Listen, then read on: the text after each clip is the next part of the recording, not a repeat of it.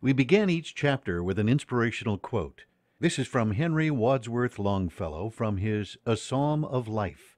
Let us then be up and doing, with a heart for any fate, still achieving, still pursuing. Learn to labor and to wait.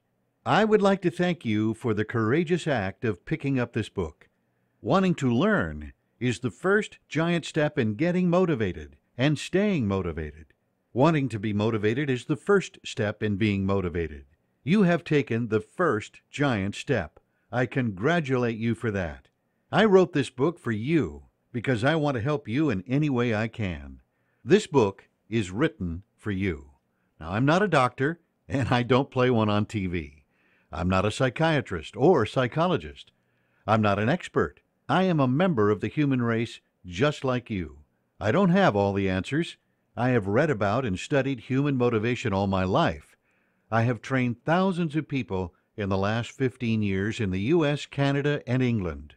I am fascinated by one aspect of training. I have found that many times the training inspires and motivates people. I find that to be an honor, but also somewhat puzzling. Why do I motivate them? Why does the training motivate them? What had they not heard before they took the class? Why weren't they motivated before? Why are some people less motivated than others? What are the elements that make someone more or less motivated? After the completion of a training session, a man about 55 years old came over to shake my hand. He was visibly moved, with tears in his eyes. He shook my hand and said, "I want to thank you. This session changed me." I asked him why, and he said that he'd been in a rut for a long time, and now he wasn't. He was out of his rut and fully energized.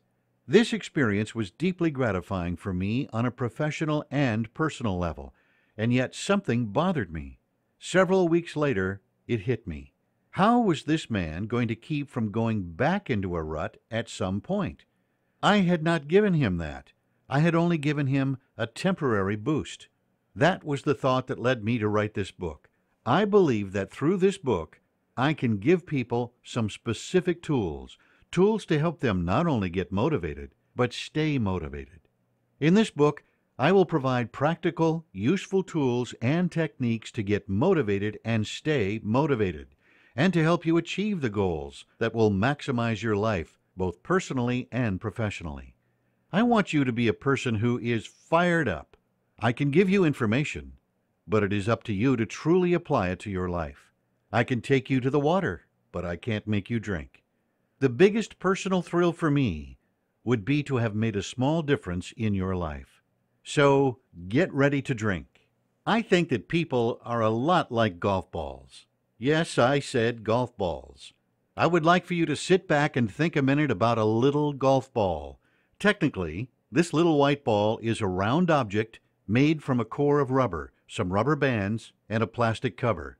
As a young boy, I used to sit in the yard and cut away the cover of a golf ball with a pocket knife to try to uncover the mystery of the golf ball's power. I was disappointed to discover that the ball inside was a mass of bands and nothing more. A golf ball, when hit by me, the non-golfer, will travel maybe 10 yards. But in the hands of an expert golfer, it has the potential to travel an amazing 250 yards. What does a golf ball have to do with human potential and motivation? Everything. I think that, like golf balls, each one of us has unlimited potential. Assuming that you have most of your faculties, we all have pretty much the same biological makeup. We all have brains, hearts, and emotions. All of us are made of, more or less, the same material.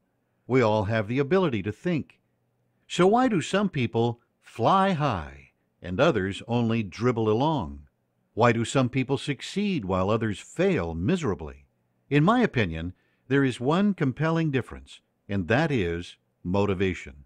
Motivation is the key performance differential. It is the fire in the belly of the stove. Before you react in a negative way to the positive mental attitude, pie in the sky, book-selling motivational seminar, audio lesson, backslapping cliche, give this message a chance.